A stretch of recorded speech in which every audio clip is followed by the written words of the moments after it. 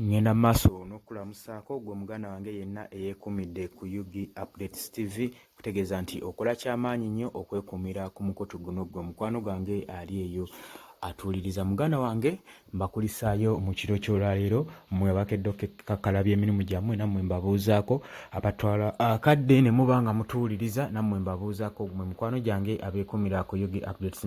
Baganda bange abali e Bulaaya abali ku kyeyo nammwe mbabuuzaako, mmwe bali mulimu gw'amaanyi gwe mukola naye bwe twogerera pulezidenti omu ku bakulembeze ba National Unity Platform Yoweri Ssenyonyi azzeemu n'ayanukula omukulembeze w'eggwanga pulezidenti Yoweri Kaguta Museveni. Jjukira wabaddewo embiranye wakati awo okuva Nema we yagenda e Lubigi n'etandika okusenga abantu mu ntobazi, wabaddewo okusikaŋŋana awo omuguwa abakulembeze n'abakulembeze. Muganda wange bino n'ebirala tobisubwa wano ku Yugi Updates TV. Mbaaniriza nnyo naye gwe muganda wange nkutegeeza atandaba kusubscribinga, genda maaso n'okusubscribinga tusobole okuba nga tukuza channel eno egende maaso. Muganda wange nagamba yekalyokalya ettaffaali ly'osobola okukola okuba nga obunya ekigambo ky'enkyukakyuka ne kibuna eggwanga kusubscribinga, nammwe abasharinga ne mukomentinga mbagala nnyo baganda bange abali eyo. Muganda wange ennaku lubadde lwa ggulo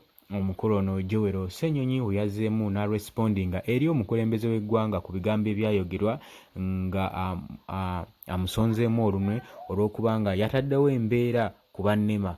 Yoweri Ssenyonyi yavuddeyo n'ayanukula omukulembeze w'eggwanga gwe mukwano gwange ampuliriza. Njukira nti nno emabegakaawo Nema yagenda mu Lubigi n'esenda abantu bo beegamba mbu baasenda mu ntobazi, n'emenya ebizimbe byabwe, amakolero, n'emenya amaduuka gaabwe, facilities ze yamenya ezaali ziyamba eggwanga, nga n'eggwanga lyennyini lyali lijjako omusolo ku bantu abo nga libajjako obusuulu. Ebintu bingi ebyayinoonebwa, properties nnyingi ezaayonoonebwa ez'abantu, emmere y'abantu neeyonoonebwa, bizinesi z'abantu ne zisengebwa. Muganda wange ntegeera nti ebyo bijjukira bulungi nnyo, twabikuleetera wano n'oba nga osobola okuba nga obyekkaanya ekyali kigenda mu maaso wali eri mu Lubigi gwe mukwano gwange. Kakati nno eggulo limu Pulezidenti Yoweri Kaguta Museveni yavuddeyo n'agamba n'agamba Yoweri Ssenyonyi n'amusongamu omule ne ba-leaders abalala bavuddeyo nga bakuma omuliro oba nga bamisiriidinga abantu b'omu Lubigi mu ngeri enkyamu nga banenya ku bannema. Bw'atyo Pulezidenti Yoweri Kaguta Museveni we yavuddeyo n'agamba Environment Board eyinza okuba nga yakola ensobi oba neekola okulwawo okuba nga etwala ensobi ennene nnyo okupreventinga entobazi zino, naye n'agamba nti abantu tebalina kubeera nga nabo balina okukimanya nti tebalina kuzimba mu ntobazi, balina okukimanya ku lubereberye nti tebalina kuzimba mu ntobazi. N'agamba nti no nawuliddeyo omu mbu ayitibwa Ssenyonyi, mbu MP ayitibwa Ssenyonyi, n'agamba nti no nawuliddeko nga asonga olunwe mu bannema nga agamba abantu nti basenge okusenga mu ntobazi. Mbu yawuliddeko Ssenyonyi. Jjukira Ssenyonyi yavaayo n'agamba omukulembeze w'eggwanga n'agamba nti no lwaki abannema balina okuba nga basenda abantu, balina okuba nga bayimirizibwa, kubanga ng'agamba kikyamu nnyo abannema okuba nga basenda abantu. Yoweri Ssenyonyi yavuddeyo n'agamba kikyamu nnyo okuba nga abannema bavuddeyo ne basenda abantu, ne basenda bizinesi z'abantu, ate ng'emabegakaawo bamaze emyaka n'emyaka ng'abantu abo babalaba we bali, ng'era buli kimu ekigenda mu maaso bakiraba, babaggyako obusuulu, babaggyako omusolo, bizinesi z'abantu nga zigenda mu maaso emyaka n'emyaka, naye nga tebakola ki? Naye nga tebagobwawo. Pulezidenti Museveni we yavuddeyo n'agamba n'ayogera mu bigambo bye waati gwe mukwano gwange eyeekuumira ku Yugi Updates TV. Muganda wange Pulezidenti Yoweri Kaguta Museveni yavuddeyo n'akootinga ebigambo bya Ssenyonyi ng'agamba waati nga abantu bano agamba nti nno Ssenyonyi teyandibadde ng'ayogera waati, kubanga abantu bano wagamba nti nno we baasenga mu ntobazi lwaki Nema teyabasitoopinga, naye n'agamba nti nno mbu ekyo ekibuuzo kikyamu, mbu ekibuuzo eky'amakulu ekisaanidde okubuuzibwa, lwaki abantu bandibadde bagenda okuzimba mu Ntobazzi ng'ate bakiraba bulungi. N'agamba ekyo ekibuuzo Ssenyonyi kye yabuuzizza kikyamu nnyo.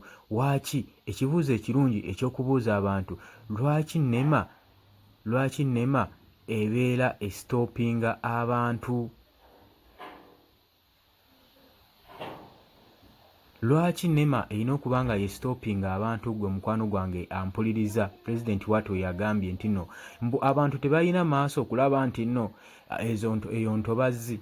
Yavudde n'agamba tebalina maaso okulaba nti neyo Ntobazzi. N'agamba newankubadde ekitongole kya NEMA kyandibadde nga kirirezi era kyandibadde nga kirirezi oba nga kisooba mu kukola emirimu gyakyo, tewabaddewo ngeri yonna abantu abo okulaba nti nno emirimu gye bagenda okukola oba buli kimu kye bagenda okukola n'okuzimba bagenda kuzimba mu Ntobazzi.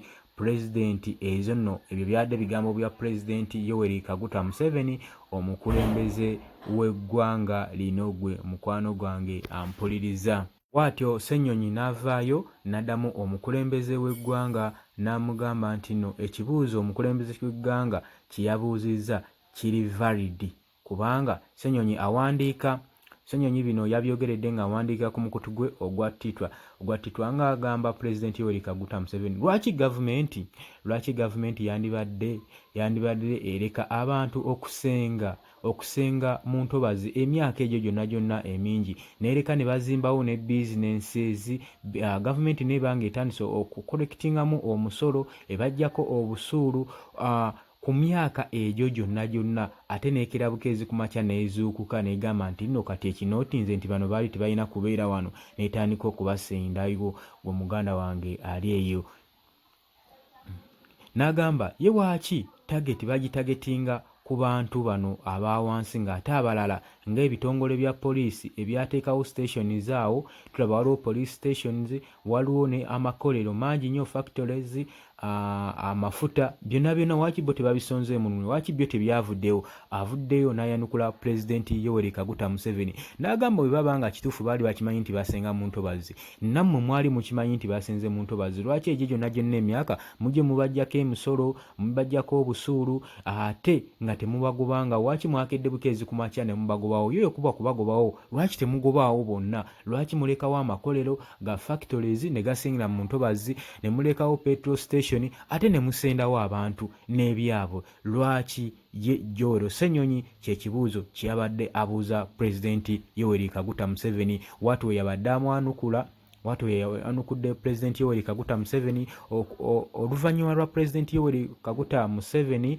wali eri mu SADC Annual Sustainable Development Goals we yabadde asinzira mu conference eyo n'ayogera ebigambo ebifaananako webityo ng'asona olugwemu Joero Ssenyonyi nga MP n'abakulembeze abalala okuma omuliro mu bantu b'e Lubigi okulaba nga basonga mu NEMA oluno okubanenya okubagoba mu Ntobazzi. Gwe mukwano gwange ali eyo. Naye Joero Ssenyonyi yavuddeyo n'amwanukula n'amugamba wadde ekibuuzo ky'obuuziza nti abantu basengamu nga bali ku ki, baali tebalaba nti Ntobazzi. N'agamba gavumenti yali yeebase ng'eraba abantu abo nga basenda mu Ntobazzi emyaka egyo gyonna ng'ebajjako n'omusolo, ng'ebajjako obusuulu, buli kimu nga bagenda engaging ne factories ez'amaanyi badde baziraba nga zigendamu, naye ate mu kutuuka okudemolishitinga okubagobawo bagobyewo bantu ba bulijjo abawansi. Lwaki amakolero go tegaagobeddwawo? Lwaki factories, lwaki amatundiro g'amafuta go tegaagobeddwawo? Lwaki bantu ba bulijjo? Bw'atyo Ssenyonyi bye kibuuzo kiyazzeemu omukulembeze w'eggwanga ng'asinziira ku mukutu gwe ogwa Twitter. Gwe mukwano gwange ali eyo, gwe ampulirize yekumira ku Yugi Updates TV. Nkutegeeza gwe mukwano gwange teweerabira kusubscribinga, genda maaso n'okusubscribinga, yagaliza mikwano gyo, yagaliza ab'enganda bako n'ab'emikwano bagambe banaye musubscribinge ku eno channel esobole okuba nga ekula, esobole okuba nga etuusaako amawulire mu buli nsonda. Gwe mukwano gwange ali eyo eyeekumira ku Yugi Updates. Baganda bange abali e Saudi, Oman, Qatar, USA, Canada, abali Oman mwenna mbalamusizzaako nnyo, abali e Dubai mwebale kwekumira ku mayengo ga Yugi Updates mwe mikwano gyange abeekumira ku kyekino. Baganda bange munzikirize empiseewo ne kano aba pure organic bakutegeeza nti mukwano gange obanga walemerera okugenda ku kyeyo bakebera ng'olina ekirwadde ekyali kikutawanya nga hepatitis B, olina ebizimba mu lubuto, olina ania, olina infection, bakugamba nti nno aba pure organic basange ku 070 47 91 708 bagenda kuba nga bakujjanjaba, oba basange ku noti 77 12 18 027 ogenda kubanga obafuna bulungi nnyo babeere nga bakujjanja. Abaganda baffe bano bye batuteekamu ka data bagambye gendayo eri basangibwa mutungo basobole okuba nga bakujjanjaba ekirwadde kyonna ekyakulemesa. Olina ekirwadde ky'ekibumba kye bayita hepatitis B kyakulemesa ogende Bulaayo kuba ekyeyo bakooneko gwe mukwano gwange noti 77 47 91 708 ye namba y'essimu kwogenda okuba nga obasanga, oba noti 77 12 18 027 enamba y'essimu eyo babayise ba pure organic nga bano nno bye batuteekamu ka data okubunya enjiri y'ekigambo ky'enkyukakyuka gwe mukwano gwange yeekumira ku Yugi Updates TV. Tubaagala nnyo, tevuva ku mayengo gano gwe muganda wange.